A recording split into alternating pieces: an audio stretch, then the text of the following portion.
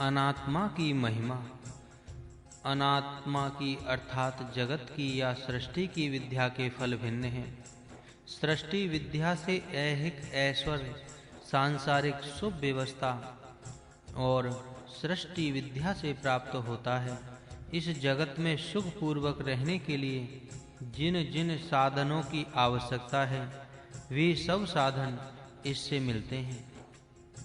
इस प्रकार ये दो भिन्न भिन्न फल इन दोनों विद्याओं के हैं। इनमें प्रत्येक विद्या के फलों में बहुत भारी प्रलोभन है।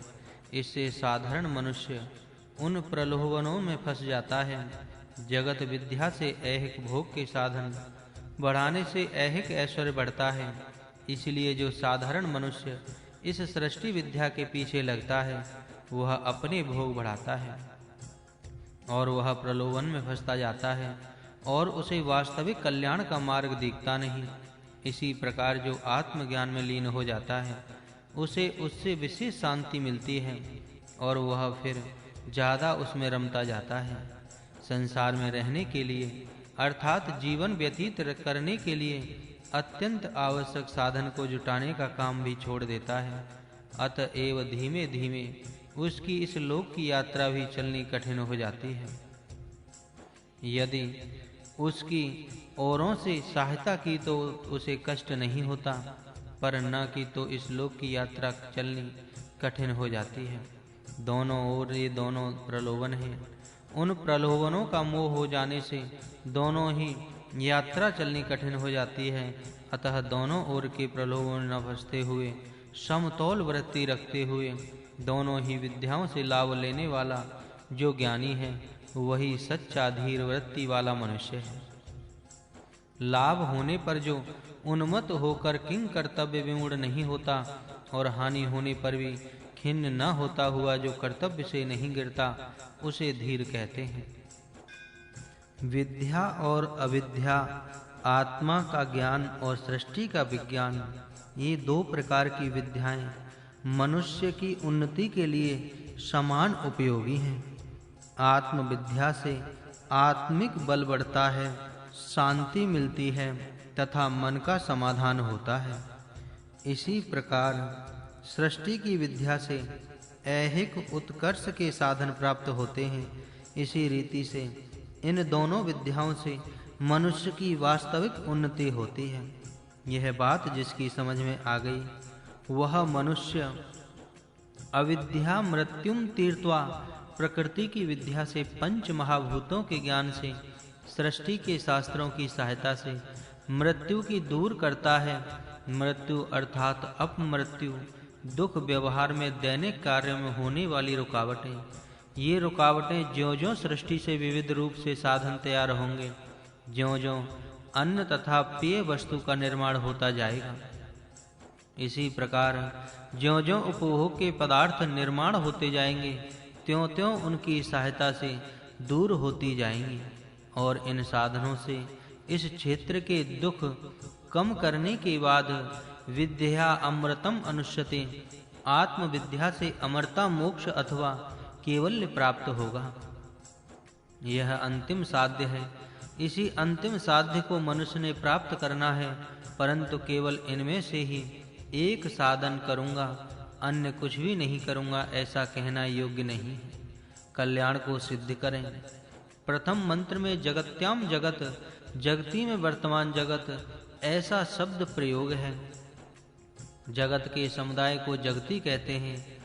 जगत अर्थात एक पदार्थ और जगती उनका समुदाय है। व्यक्ति और समुदाय ऐसा यह जगत है। यह पदार्थ और उसकी जाति जगत में स्थिति है। इसी को व्यष्टि और समष्टि ऐसा कहते हैं। ऐसे मनुष्य सामाजिक प्राणी होने से उसे जैसे कर्तव्य करने होते हैं, उसी प्रकार जिस समाज का वह अंश है उसके लिए भी इसे कुछ कार्य करने पड़ते हैं। इस प्रकार व्यक्ति और समाज ये मनुष्य के कर्म क्षेत्र हैं। इस संबंध का उपदेश संभूति असंभूति प्रकरण में कहा है। इसका विचार अब देखिए। अग्ने अस्मान सुपथा राय नय, हे प्रकाशक, हमें उत्तम मार्ग से अभ्युदय की ओर ले चल। देव विश्वानि वयुनान विद्वान, हे देव आप सब हमारे कर्मों को जानते हो।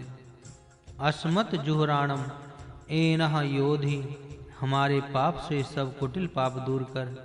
ते भूयिष्ठा नम उक्तिम विधेम, तेरी विशेष नमन पूर्वक स्तुति हम करते हैं। हे अग्नि, प्रकाश देने वाले ईश्वर, अस्मान स्वपथा राये नया, हमें अच्छे मार्ग से अभ्युदय को प्राप्त कर। हम में कुमार्ग से जाने की बुद्धि कभी न हो। धन मिले चाहे ना मिले, पर हमारे आचरण का मार्ग शुद्ध ही हो।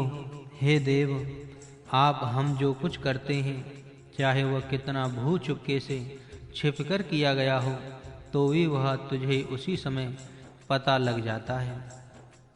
इतना ही नहीं, मन में आया हुआ संकल्प भी तुझे विदित हो जाता है। ऐसी दशा में हम तेरे से छिपकर कुछ भी नहीं कर सकते। हमारे सब अच्छे बुरे कर्मों का तुझे पता होने से जिस मार्ग से जाने से हमारा उद्धार हो, उस श्रेष्ठ और शुद्ध मार्ग से आप हमें ले चलो। हमारे कुटिलता और पाप भाव होंगे तो वे जुहराणम एनम अस्मत् योधि, कुटिलता और पाप हमारे से सर्वदा के लिए दूर कर। इन पापों के साथ युद्ध करके उन्हें दूर करने के लिए हमें शक्ति दें। इस तेरी कृपा के लिए हम तुझे नमो विधिम नमस्कार करते हैं। तुझे देने के लिए हमारे पास नमस्कार के सिवाय दूसरा कुछ नहीं है। यह हमारा नमस्कार स्वीकार और हमारा उद्धार कर। हिरण्येन पात्रेण, सोने के पात्र से सत्यस्य मुखम अपहितम, सत्य का मुख ढका हुआ है। यह असौ पुरुषः, जो यह प्राणों में पुरुष है। स अहम अस्मि, वह मैं हूँ। ओम खम ब्रह्म, यह सत्य है कि ध्यो ब्रह्म है। सत्य छिपा पड़ा है, यह अनुभव हमें व्यवहार में ही मिलता है। अपराध करने पर भी अधिकारियों को घूस देकर उसे छिपाया जा सकता है। घूस न लेते हुए कर्तव्य भ्रष्ट न होने वाले बहुत थोड़े हैं। घूस लुच्चाई आदि से सत्य का मुख बंद कर दिया जाता है। इसका देनंदनी व्यवहार में अनुभव हमें मिलता है। सत्य धर्माय दृष्टये ततत्वम अपावृणुम, सत्य धर्म के दर्शन करने के लिए उस ढक्कन को तो दूर कर। सुवर्ण का ढक्कन दूर होने के बाद सत्य धर्म दिखने लगेगा। व्यवहार में घूसखोरी की ओर ध्यान न देने वाले अधिकार की ही स्वकर्म में इस मंत्र का यह व्यवहारिक अर्थ हुआ। सत्य धर्म का पालन करने की इच्छा हो तो सुवर्ण का लोभ छोड़ना चाहिए। यह सुवर्ण नियम वैयक्तिक, सामाजिक, राष्ट्रीय, धार्मिक तथा आध्यात्मिक क्षेत्र में भी सर्वथा सत्य है। राष्ट्र धर्म पालन करना हो तो सुवर्ण का लोभ त्यागना चाहिए। सुवर्ण के लोभी मनुष्यों से कितना राष्ट्र का नाश होता है, यह इतिहास बता रहा है। इस मंत्र का यह व्यवहारिक अर्थ हुआ। इसका वास्तव में अर्थ ऐसा है, परमात्मा सत्य स्वरूप है, उस पर इस सृष्टि का चमकीला आच्छादन पड़ा हुआ है। उसको बिना दूर किए हम उस सत्य रूप परमात्मा के दर्शन हो नहीं सकते। उसको दर्शन करने वालों को इस सृष्टि के मोह से दूर होना चाहिए। जिसे अपने आत्मा की शक्ति बढ़ानी हो, उसे प्राकृतिक मोह जाल में फंसना नहीं चाहिए। ओम, यह सत्य है कि अदह पूर्णम, वह पूर्ण, और इदम पूर्णम, यह भी पूर्ण है। क्योंकि पूर्णात पूर्ण उदच्यते, पूर्ण से पूर्ण निकलता है। पूर्णस्य पूर्ण आदाय, पूर्ण में से पूर्ण लिया जाए तो भी पूर्णम एवं अवशिष्यते, पूर्ण ही अवशिष्ट रहता है। ओम, हे सर्वरक्षक, शांति, वैयक्तिक शांति, शांति सामाजिक शांति, शांति सांसारिक शांति सर्वत्र स्थिर हो। पूर्णम, परिपूर्ण, संपूर्ण, अनंत जैसा चाहिए वैसा, जिसमें जरा भी कम नहीं हो, ऐसा शक्तिमान ओम है। ठीक निस्संदेह सत्य, सत्य अवतते ओम, रक्षकः, सबका रक्षण करने वाला। अदः, वह आदि तत्व ब्रह्मा, पर ब्रह्म परमात्मा ईश। इदम, यह जगत, सृष्टि, विश्व, दृश्य, व्यक्त, अनात्मा, अनीश। शांति, शांतता, समता, विषमता का अभाव।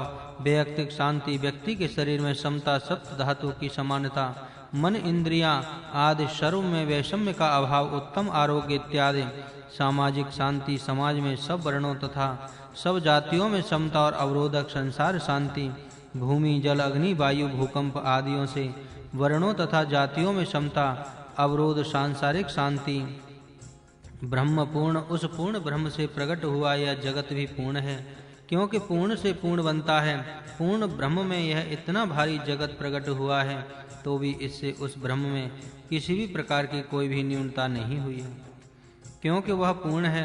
पूर्ण में से पूर्ण निकला जाए तो मूल पूर्ण में भी न्यूनता नहीं होती।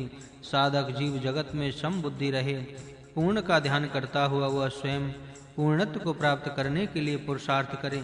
इसमें वैयक्तिक शांति का अभिप्राय यह है कि अपने ही शरीर में सब आत्मिक प्राकृतिक शक्तियों के बीच में स्वस्थता और समता को साधना, यही प्रथम पुरुषार्थ है। जाति, समाज, राष्ट्र अथवा मानव समाज, इनसे समता और अविरोध स्थापना यह दूसरा पुरुषार्थ है, और सारे जगत में शांतता उत्पन्न करने के लिए कर्तव्य कर्म करना यह तीसरा पुरुषार्थ है। प्रत्येक को अंतिम सिद्धि द्वारा क्रमशः जीवन मुक्ति, मुक्त और अति मुक्ति मिलती है।